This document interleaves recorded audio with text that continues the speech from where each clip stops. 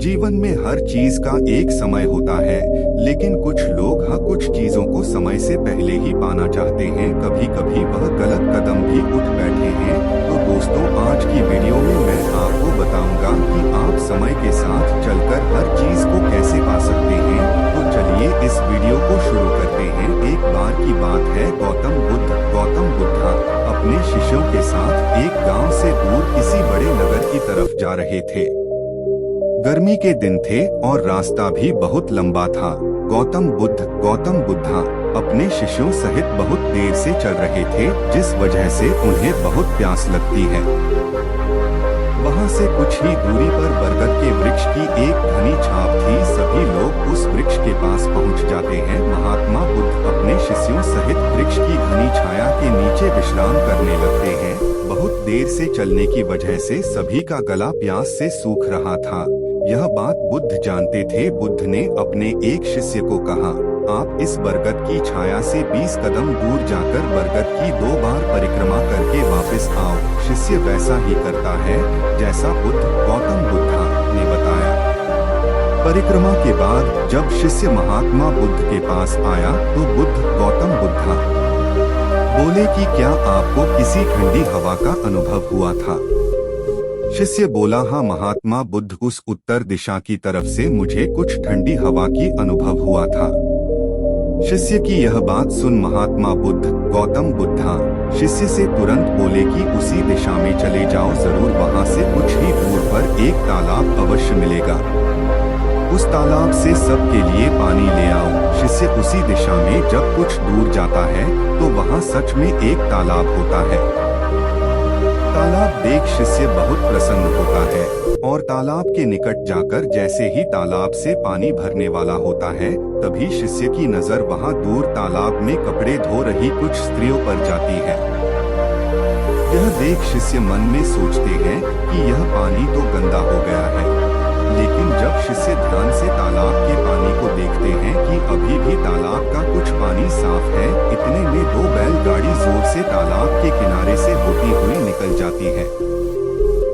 बैलगाड़ी के पहिए तालाब की मिट्टी के ऊपर इतनी जोर से निकलते हैं कि तालाब के नीचे बैठी बहुत सारी मिट्टी तालाब के ऊपर आ जाती है, जिस वजह से तालाब का बचा हुआ पानी भी गंदा हो जाता है। यह देख शिष्य बिना पानी लिए क्रोध में महात्मा गौतम बुद्धा के पास वापस चला जाता है। शिष्य बड़े ही निराशा भाव से महात्मा गौतम बुद्धा को सब बात बताता है। शिष्य की बातें सुन सभी शिष्य बोलते हैं कि हमें तुरंत यहाँ से निकलना चाहिए, किसी दूसरी जगह पानी की खोज करनी चाहिए, वरना प्यास के मारे जान निकाल जाएगी। इधर महात्मा गौतम बुद्धा सभी को शांत होने के लिए कहते हैं और बोलते हैं कि धीरज रखो, कुछ देर यही बैठो, उचित समय आने तक संयम बनाए रखो। शिष्य का जवाब देते हुए महात्मा बुद्ध बोले कि यह कोई चमत्कार नहीं, यह आपके सब्र का फल है। यह फल है आपके सब्र बनाए रखते हुए उचित समय के इंतजार का। जितनी देर हम सब लोगों ने सब्र किया, उतनी देर तक तालाब के पानी के ऊपर तैर रहे सभी गंदे तत्व और मिट्टी तालाब के पानी के नीचे बैठ रहे थे। फिर कुछ देर बाद शिष्य जब वहां तालाब के पास पहुंचा, तब तक सब दूषित कण नीचे बैठ चुके थे, जिस वजह से तालाब का पानी पहले की तरह साफ हो चुका था तथा तालाब साफ दिखाई दे रहा था। यदि उस समय आप लोगों ने सब्र न किया होता, धैर्य न रखा होता, तो आप सब इतनी गर्मी में पानी की खोज में प्यासे रहकर शायद अब तक मृत्यु को प्राप्त हो गए होते, क्योंकि यहाँ से अगला कोई तालाब है या नहीं, और होगा भी तो क्या उसका पानी साफ होगा या नहीं। इन सब कारणों से आप कभी प्यास न बुझा पाते और प्यास से मर जाते। सभी महात्मा गौतम बुद्धा की बात सुनकर शांत हो जाते हैं और वहीं बैठ जाते हैं। कुछ समय बीत जाने के बाद महात्मा गौतम बुद्धा फिर से अपने शिष्य को उसी तालाब से पानी लाने के लिए कहते हैं। शिष्य बिना कोई सवाल किए उसी तालाब से पानी लेने के लिए फिर से चला जाता है। तालाब की हालत देख शिष्य को यकीन नहीं होता। तालाब का पानी पूरी तरह से साफ होता है।